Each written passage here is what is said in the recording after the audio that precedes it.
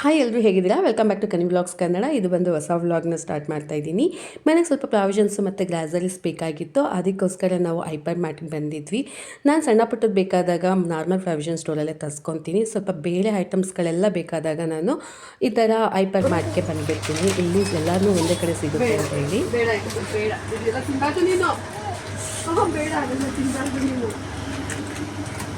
ಅದೆಲ್ಲ ನಾವು ಕೊಡಿಸ್ತೀವಿ. ಇನ್ನು ನಾನು ಪ್ರೆಗ್ನೆನ್ಸಿ ಇದ್ದಂಥ ಟೈಮಲ್ಲಿ ಈ ಥರ ಕ್ಯಾರಿನಲ್ಲಿ ಶಾಪಿಂಗ್ ಮಾಡಬೇಕಾದ್ರೆ ಇಲ್ಲಿ ಬೇಬಿ ಕೂಸ್ಕೊಂಡು ಶಾಪಿಂಗ್ ಮಾಡುವಂಥ ನೆಕ್ಸ್ಟ್ ನನ್ನ ಬೇಬಿನ ಕೂಸ್ಕೊಂಡು ಶಾಪಿಂಗ್ ಮಾಡ್ತೀನಿ ಅಂತ ಹೇಳ್ತಾ ಇದ್ದೆ ಕಿಲುಗೆ. ಇವತ್ತು ಅದೇ ಥರನೇ ಶಾಪಿಂಗ್ ಮಾಡ್ತಾಯಿದ್ದೀನಿ. ತುಂಬ ಖುಷಿ ಆಗ್ತಾಯಿತ್ತು ನನಗೆ. ಒಂಥರ ಖುಷಿ, ಅದು ಹೇಳೋಕ್ಕಾಗಲ್ಲ, ಅಷ್ಟು ಖುಷಿ ಇತ್ತು ಆ ಥರ ಕೂರಿಸ್ಕೊಂಡು ಅವಳು ಶಾಪಿಂಗ್ ಮಾಡುವಂಥದ್ದು. ಅವಳು ಕೂಡ ಅಷ್ಟೇ, ಕೈಗೆ ಅವ್ಳಿಗೆ ಏನೇ ಐಟಮ್ ಕೊಟ್ಟರು ಅದನ್ನು ನೀಟಾಗಿ ಟ್ರಾಲಿ ಒಳಗಡೆ ಹಾಕ್ತಾಯಿದ್ಲು. ಅವಳು ಕೂಡ ಫುಲ್ ಎಂಜಾಯ್ ಮಾಡ್ತಾಯಿದ್ರು ಅದ್ರೊಳಗಡೆ ಕೂತ್ಕೊಂಡು.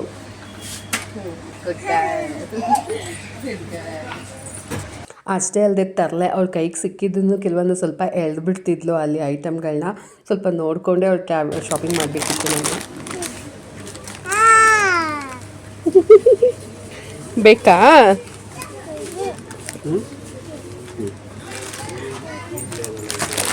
ಇಲ್ಲಿ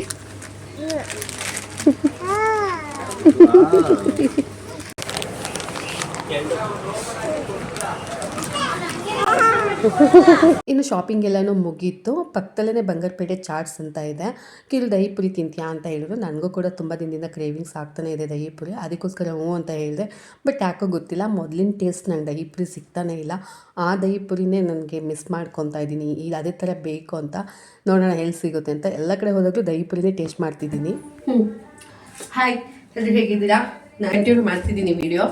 ಹಳೆಯದು ಗ್ರಾಸರಿ ಶಾಪಿಂಗ್ ಮಾಡ್ಕೊಂಡು ಬಂದ್ವಿ. ಅದನ್ನೆಲ್ಲ ಜೋಡಿಸ್ಕೊಂಡು ಸ್ವಲ್ಪ ಕೆಲಸ ಇರುತ್ತೆ, ಅದು ಬಿಟ್ಟು ಒಂದು 2 days ಬಿಟ್ಕೊಂಡು ನಾನು ಮತ್ತೆ ವಿಡಿಯೋ ಕಂಟಿನ್ಯೂ ಮಾಡ್ತಾಯಿದ್ದೀನಿ. ಇವತ್ತು ನಾನು ಕಾಲು ಸೂಪ್ ಮಾಡ್ತಾಯಿದ್ದೀನಿ. ಇದಕ್ಕೆ ಕಾಲು ತರಿಸ್ಕೊಂಡಿದ್ದೀವಿ. ಕಾಲು ಸೂಪ್ ಇದು ಆ್ಯಕ್ಚುಲಿ ಎರೆಳಿಗೆ ಹೋಗ್ಬೇಕಿತ್ತು, ಅಂದರೆ ಅಮ್ಮ ಮನೆಗೆ ಹೋಗ್ಬೇಕಾಗಿತ್ತು. ಇದು ಕಾಲು ಅಮ್ಮನ್ನೇ ನಾನೇ ಇಲ್ಲಿಗೆ ಬರೋದೆ, ಬನ್ನಿ ಇಲ್ಲೇ ಮಾಡ್ತೀನಿ ತಿನ್ಕೊಂಡು ಮತ್ತೆ ಸಂಜೆ ಸ್ವಲ್ಪ ಪಾರ್ಸಲ್ ತೊಗೊಂಡು ಹೋಗೋದಂತೆ ಅಂತ ಅಂದೆ. ಅವರು ಮತ್ತೆ ಇವಾಗ ಇದನ್ನು ತೊಗೊಂಡೋಗೋದೇ ಹೇಗಿದ್ರು 2 o'clock ಆಗಿಬಿಡುತ್ತೆ. ಅಮ್ಮ ಮಾಡ್ಕೊಂಡು ಟ್ಯೂಷನ್ 3 ಗಂಟೆ ಆಗಿಬಿಡುತ್ತೆ. ಏನ್ಮಾ? ಹಾಂ ತಿನ್ನು 3 ಗಂಟೆ ಆಗಿಬಿಡುತ್ತೆ. ಸೊ ಅದಕ್ಕೋಸ್ಕರ ನಾನೇ ಮಾಡಿಬಿಡೋಣ ಅಂತ ಹೇಳಿಬಿಟ್ಟು ನಾನೇ ಮಾಡಿರ್ತೀನಿ ಬನ್ನಿ ಅಂತ ಹೇಳಿದೆ. ಸರಿ ಆಯಿತು ಅಂತ ಅಂದರು. ನಮಗೊಂದು ಇಲ್ಲೊಂದು ಫಂಕ್ಷನ್ ಇದೆ, ಆ ಫಂಕ್ಷನ್ ಮುಗಿಸ್ಕೊಂಡು ಕೊಡೋದು ಲೇಟ್ ಆಗಿಬಿಡುತ್ತೆ ಅಂತ ಹೇಳ್ಬಿಟ್ಟು ಇಲ್ಲೇ ಮಾಡ್ತಾಯಿದ್ದೀನಿ. ಸೊ ನಾನು ಹೇಗೆ ಮಾಡ್ತೀನಿ ಈ ಕಾಲು ಸೊಪ್ಪು ಅನ್ನೋದನ್ನ ಕಿರು ಮೊದಲೇ ಹೇಳಿದ್ರು. ನೀನು ಫಸ್ಟೇ ನೀಟಾಗಿ ಪ್ಲ್ಯಾನ್ ಮಾಡಿದ್ದೆ, ನಾನು ತಲೆನೂ ಕೂಡ ತರ್ತಿದ್ದೆ ಅಂತ ಹೇಳಿದ್ರು. ಇದ್ರ ಜೊತೆಗೆ ತಲೆ ಕಾಲು ಎರಡು ಮಿಕ್ಸ್ ಮಾಡಿ ಮಾಡ್ಬೋದಿತ್ತು ಅಂತ ಹೇಳಿದ್ರು. ನನಗೆ ಅದು ಐಡಿಯಾ ಇರಲಿಲ್ಲ, ಅಲ್ಲಿಗೆ ಕೊಟ್ಟು ಕಳಿಸೋದು ಅಂತ ಇತ್ತು. ಆಮೇಲೆ ಯಾವಾಗ ಲೇಟ್ ಆಗುತ್ತೆ ಅಂತ ಗೊತ್ತಿತ್ತಲ್ಲ, ಸರಿ ಇಲ್ಲೇ ಮಾಡ್ತೀನಿ ಅಂತ ಹೇಳ್ಬಿಟ್ಟು ಮಾಡ್ತೀನಿ.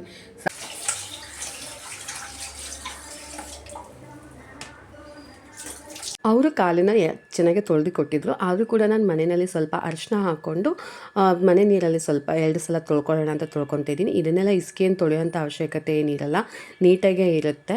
ನಾನು ಮನೆಯಲ್ಲಿ ಒಂದು ಸಲ ತೊಳೆಯೋಣ ಅಂತ ಹೇಳ್ಬಿಟ್ಟು ತೊಳಿತಾ ಇದ್ದೀನಿ ಅಷ್ಟೇ. ಇನ್ನು ನೀರೆಲ್ಲನೂ ಕೂಡ ಸ್ವಲ್ಪನೇ ಇರದೇ ರೀತಿಲಿ ಸೋಲಾಕೊಳ್ಳೋಣ ಅಂತ ಹೇಳ್ಬಿಟ್ಟು ತೂತು ಬೊಸಿಗೆ ಹಾಕ್ಕೊಂಡು ಅದನ್ನು ನೀರು ಹೋಗೋ ರೀತಿ ಸೋಲಾಕೊತಾ ಇದ್ದೀನಿ. ಈ ಕಾಲು ಸೂಪನ್ನ ಕುಡಿಯೋದ್ರಿಂದಾಗಿ ಕಾಲು ಕೈಗಳಿಗೆ ಶಕ್ತಿ ಬರುತ್ತೆ ಅಂತ ಹೇಳ್ತಾರೆ. ಮತ್ತು ಆಪ್ರೇಷನ್ ಆದವ್ರಿಗೆ, ಅದರಲ್ಲೂ ಈವನ್ ಪ್ರೆಗ್ನೆನ್ಸಿ ಟೈಮಲ್ಲಿ ನಮಗೆ ಬಾಣ್ತನ ಟೈಮಲ್ಲಿ ಇದನ್ನು ಕೊಡ್ತಾರೆ. ತುಂಬ ಒಳ್ಳೆಯದು ಅಂತ ಹೇಳಿಬಿಟ್ಟು, ಶಕ್ತಿ ಬರುತ್ತೆ ಅಂತ ಹೇಳಿಬಿಟ್ಟು.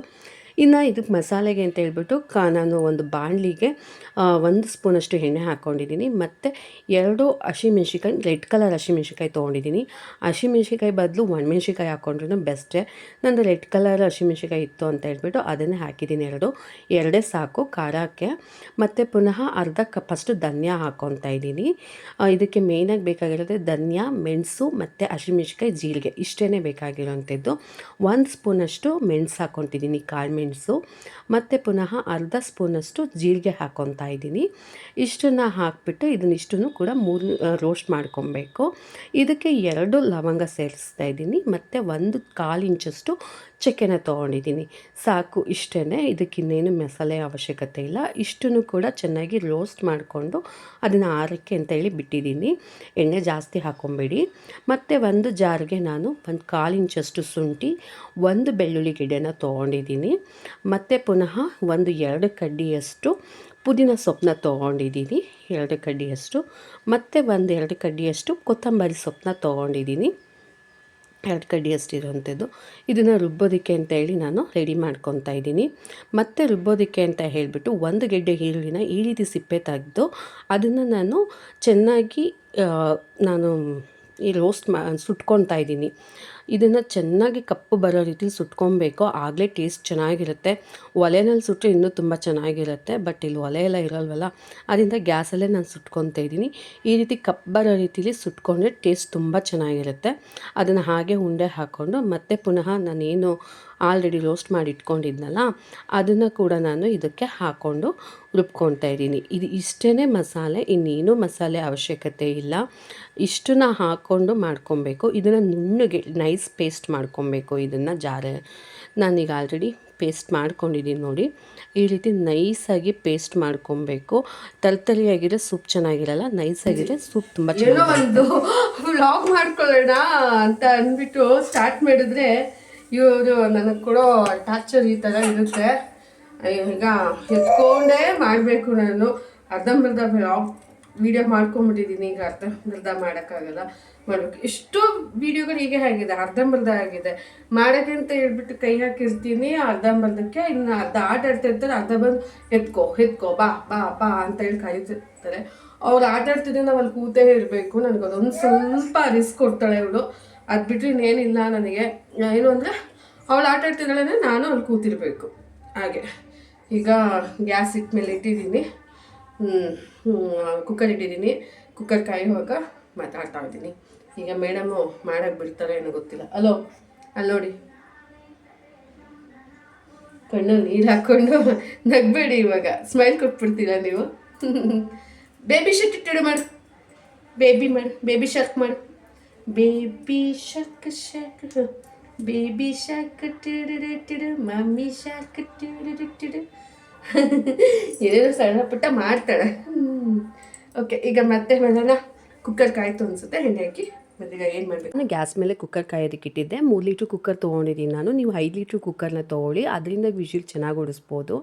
ಇನ್ನು ನಾನು 1 ಸ್ಪೂನಷ್ಟು ಎಣ್ಣೆ ಹಾಕ್ಕೊಂಡಿದ್ದೀನಿ. ಜಾಸ್ತಿ ಎಣ್ಣೆ ಬೇಡ, ಕಾಲು ಕೂಡ ಬೆಂದ ನಂತರ ಎಣ್ಣೆ ಬಿಡುತ್ತೆ, ಅದಕ್ಕೋಸ್ಕರ 1 ಸ್ಪೂನ್ ಸಾಕು. ಈ ಎಣ್ಣೆಗೆ ನಾನು 1 ಈರುಳ್ಳಿ ಕಟ್ ಮಾಡಿ ಇಟ್ಕೊಂಡಿದ್ದೆ ಚಿಕ್ಕದಾಗಿ, ಅರ್ಧ ಈರುಳ್ಳಿನ ಅದನ್ನು ಹಾಕ್ಕೊತಾ ಇದ್ದೀನಿ. ಇದು ಬಂದು ಕಾಲು ಸೂಪ್ನ ಕುಡಿಬೇಕಾದ್ರೆ ಬಾಯಿಗೆ ಸಿಕ್ಕಿದ್ರೆ ಟೇಸ್ಟಿಯಾಗಿರುತ್ತೆ ಅಂತ ಹೇಳಿ ಹಾಕ್ಕೊತಾ ಇರುವಂಥದ್ದು ಈರುಳ್ಳಿ. ಇಲ್ಲಿ ಬೇಡ ಅಂದರೆ ನೀವು ಸ್ಕಿಪ್ ಮಾಡ್ಬೋದು. ನಾನು ಅದರಿಂದಾಗಿ ಅರ್ಧ ಈರುಳ್ಳಿನ ಸಣ್ಣದಾಗಿ ಚಾಪ್ ಮಾಡಿ ಇಟ್ಕೊಂಡಿದ್ದೆ, ಅದನ್ನು ಹಾಕ್ತಾಯಿದ್ದೀನಿ. ಅದನ್ನು ಸ್ವಲ್ಪ ಫ್ರೈ ಮಾಡ್ಕೊಂಡಿದ ನಂತರ ಪುದೀನ ಹಾಕ್ಕೊತಾ ಇದ್ದೀನಿ. ಇದು ಕೂಡ ಅಷ್ಟೇ, ಸೂಪ್ ಕುಡಿಬೇಕಾದ್ರೆ ಬಾಯಿಗೆ ಸಿಕ್ಕಿದ್ರೆ ಟೇಸ್ಟಿಯಾಗಿರುತ್ತೆ ಅಂತೇಳಿ ಹಾಕ್ತಾ ಇರೋವಂಥದ್ದು. ಮತ್ತು 1/4 ಸ್ಪೂನಷ್ಟು ಅರಿಶಿನ ಹಾಕ್ಕೊತಾ ಇದ್ದೀನಿ. ಇದು ಬಂದು ಫ್ಲೇವರ್ ಚೆನ್ನಾಗಿರುತ್ತೆ ಮತ್ತು ಪುನಃ ಸ್ಮೆಲ್ ಬರಲ್ಲ ಅಂತ ಹೇಳಿ ಅರಿಶಿನ ಆ್ಯಡ್ ಮಾಡ್ತಾಯಿದ್ದೀನಿ. ನೆಕ್ಸ್ಟು ನಾವೇನು ತೊಳೆದಿಟ್ಕೊಂಡಿದ್ವಲ್ಲ ಕಾಲು, ಅದನ್ನು ಹಾಕ್ಕೊಂಡು ಸ್ವಲ್ಪ ಫ್ರೈ ಮಾಡಬೇಕು. ಜಾಸ್ತಿ ಏನು ಫ್ರೈ ಮಾಡೋ ಅವಶ್ಯಕತೆ ಇಲ್ಲ, ಜಸ್ಟ್ ಒನ್ಲಿ ಮಿಕ್ಸಪ್ ಆದರೆ ಸಾಕು. ಎಣ್ಣೆ ಎಲ್ಲನೂ ಮಿಕ್ಸಪ್ ಆದರೆ ಸಾಕು. ನಂತರ ಇದಕ್ಕೆ ನಾವೇನು ರುಬ್ಬಿಟ್ಕೊಂಡಿದ್ವಲ್ಲ ಮಿಶ್ರಣ, ಅದನ್ನು ಸೇರಿಸ್ಕೊಬೇಕು. ಇದನ್ನು ಜಾಸ್ತಿ ಏನು ನಾವು ಹುರಿಯೋದಕ್ಕೆಲ್ಲ ಹೋಗಬೇಡಿ. ನೆಕ್ಸ್ಟು ಉಪ್ಪು ಹಾಕ್ಕೊತಾ ಇದ್ದೀನಿ. ನೀವು ರುಚಿ ನೋಡ್ಕೊಂಡು ಉಪ್ಪು ಹಾಕ್ಕೊಳ್ಳಿ. ನಾನು ಸೂಪಿಗೆ ನೆಕ್ಸ್ಟ್ ಹಾಕ್ಕೊಳ್ಳೋಣ ಅಂತ ಹೇಳಿ ಸ್ವಲ್ಪ ಉಪ್ಪು ಹಾಕ್ಕೊಂಡಿದ್ದೀನಿ. ನೀವು ಕೂಡ ಅಷ್ಟೇ ನೋಡ್ಕೊಂಡು ಉಪ್ಪು ಹಾಕ್ಕೊಳ್ಳಿ. ನೆಕ್ಸ್ಟು ಪುನಃ ಬಂದು ನಾವೇನು ರುಬ್ಬಿಟ್ಕೊಂಡಿದ್ವಲ್ಲ ಆ ಮಿಶ್ರಣನ ನಾನು ಆ್ಯಡ್ ಮಾಡ್ತಾಯಿದ್ದೀನಿ. ಇದನ್ನು ಆ್ಯಡ್ ಮಾಡಿದ ನಂತರ ಸ್ವಲ್ಪ ಪೇಸ್ಟನ್ನ ನಾವು ತಿರುಗಿಸ್ಬೇಕು ಅಷ್ಟೇ. ಇಲ್ಲಿ ಆಲ್ರೆಡಿ ಫ್ರೈ ಮಾಡಿರೋದ್ರಿಂದಾಗಿ ಇಲ್ಲಿ ಯಾವುದು ಕೂಡ ಫ್ರೈ ಆಗೋ ಅವಶ್ಯಕತೆ ಇಲ್ಲ. ಅದಕ್ಕೋಸ್ಕರ ಜಸ್ಟ್ ಮಿಕ್ಸಪ್ ಮಾಡಿ ನಾನು ಇದಕ್ಕೆ ನೀರನ್ನ ಆ್ಯಡ್ ಮಾಡ್ತಾಯಿದ್ದೀನಿ. ನಾವೇನಾದರೂ ಎಷ್ಟು ಕಾಲು ತೊಗೊಂಡಿರ್ತೀವೋ ಅಷ್ಟು ಕಾಲಷ್ಟು ನೀರು ಹಾಕಬೇಕು.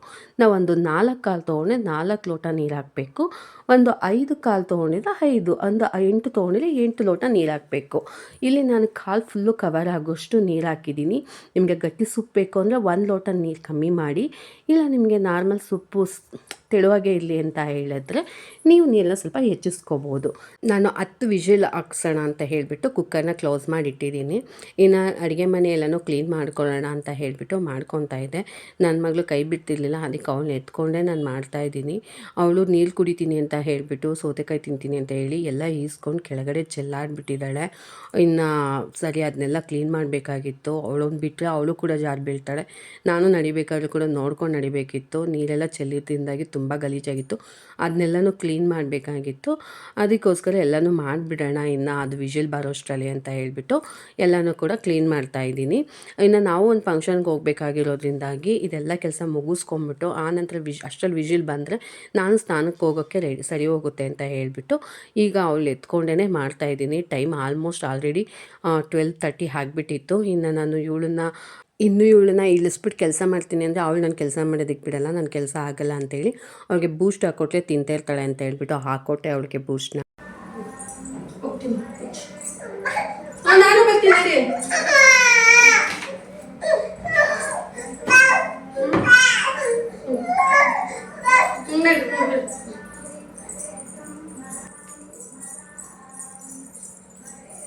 ಹೀಗೆ ನನ್ನ ಮಗಳು ಏನಾದರೂ ತಿಂಡಿ ಕೊಟ್ಟರು ಅವಳು ತಿನ್ನಲ್ಲ. ನನ್ನ ಬಾ ಪಕ್ಕದಲ್ಲೇ ಕೂತ್ಕೋ ಅಂತ ಹೇಳ್ತಾ ಇರ್ತಾಳೆ. ಅದಕ್ಕೋಸ್ಕರ ಅವಳನ್ನು ಕರ್ಕೊಂಡೋಗಿ ಮತ್ತೆ ಅವಳಿಗೆ ತಿನ್ನಿಸ್ಬಿಟ್ಟು ಮಲ್ಕೊಂಬಿಟ್ಲು. ಅವಳು ನಿದ್ದೆ ಬಂದಿತ್ತು, ಅವಳನ್ನು ಮಲಗಿಸ್ದೆ.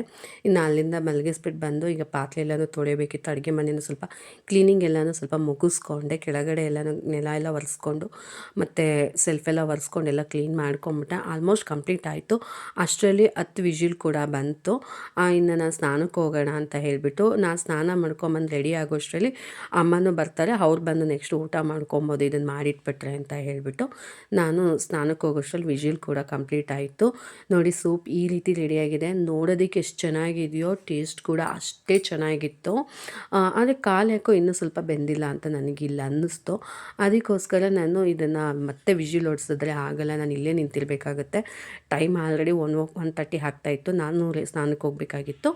ಅದಕ್ಕೋಸ್ಕರ ನಾನೇನು ಮಾಡಿದೆ, ಒಂದು ಪಾತ್ರೆಗೆ ಹಾಕಿಟ್ಬಿಟ್ಟು ಸ್ನಾನಕ್ಕೆ ಹೋದರೆ ಅದು ಸಣ್ಣ ಹುರಿನಲ್ಲಿ ಬೇಯ್ತಾ ಇರುತ್ತೆ ಅಂತ ಹೇಳ್ಬಿಟ್ಟು ಹಾಕಿಟ್ಟೋದೆ.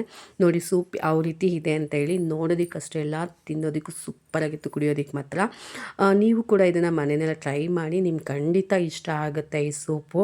ಅಷ್ಟು ಚೆನ್ನಾಗಿತ್ತು. ಕೆಲವಂತೂ ತುಂಬಾ ಲೈಕ್ ಮಾಡಿದ್ರು. ನಾನು ಸೂಪೇ ಇಷ್ಟಪಡಲ್ಲ ನಾರ್ಮಲಾಗಿ, ಆದರೂ ಕೂಡ ನಾನು ಸೂಪನ್ನ ತುಂಬ ಇಷ್ಟಪಟ್ಟು ಕುಡಿದೆ ಈ ಸಲ. ನನಗೆ ಬಾಣ್ತನದಲ್ಲೆಲ್ಲನೂ ನಾನು ಜಾಸ್ತಿ ಇಷ್ಟನೇ ಪಡ್ತಾ ಇರಲಿಲ್ಲ. ಈ ಸಲ ಮಾತ್ರ ತುಂಬಾ ನಂಗೆ ಇಷ್ಟ ಆಯಿತು ನಾನು ಮಾಡಿದ ಸೂಪು. ಇನ್ನು ಫಂಕ್ಷನ್ ಎಲ್ಲನೂ ಕೂಡ ಮುಗಿಸ್ಕೊಂಡು ಬಂದ್ವಿ.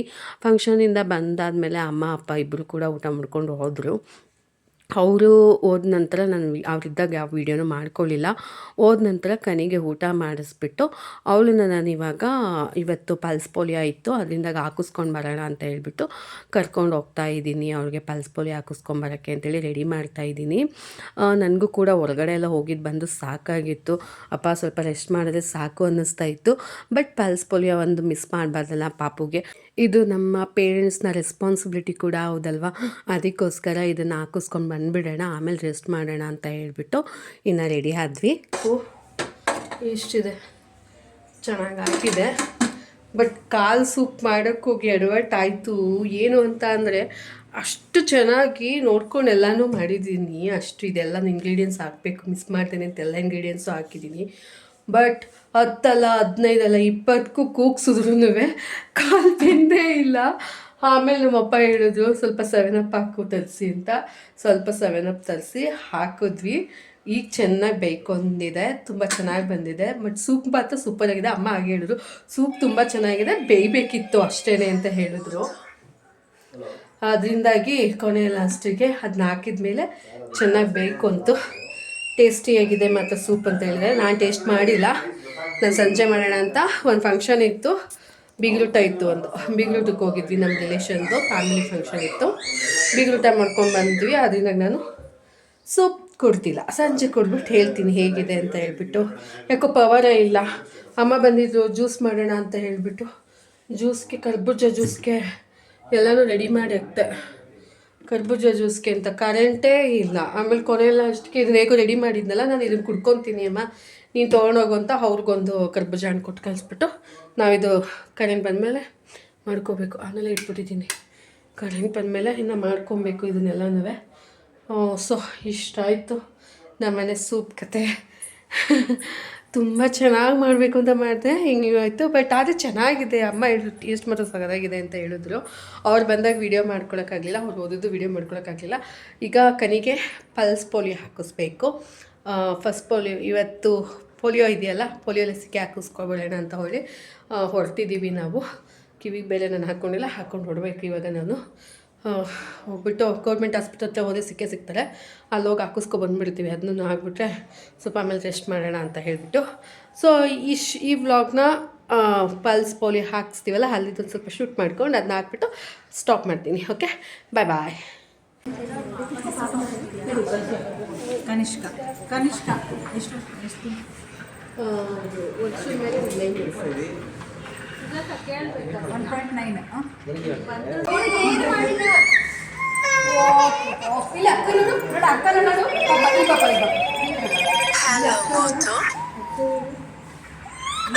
ಆಗೋಯ್ತು. ಇಷ್ಟು ಜಾಣ ನೀನು ಜಾಣ ಅಷ್ಟೇ ಆಗೋಯ್ತು. ಇದಿಷ್ಟು ಇವತ್ತಿನ ವ್ಲಾಗ್ ಆಗಿತ್ತು. ನಿಮ್ಗೆಲ್ಲರೂ ಇಷ್ಟ ಆಗಿದ್ರೆ ಪ್ಲೀಸ್ ಲೈಕ್ ಮಾಡಿ, ಸಬ್ಸ್ಕ್ರೈಬ್ ಮಾಡೋದು ಮರಿಬೇಡಿ. ಬಾಯ್ ಬಾಯ್.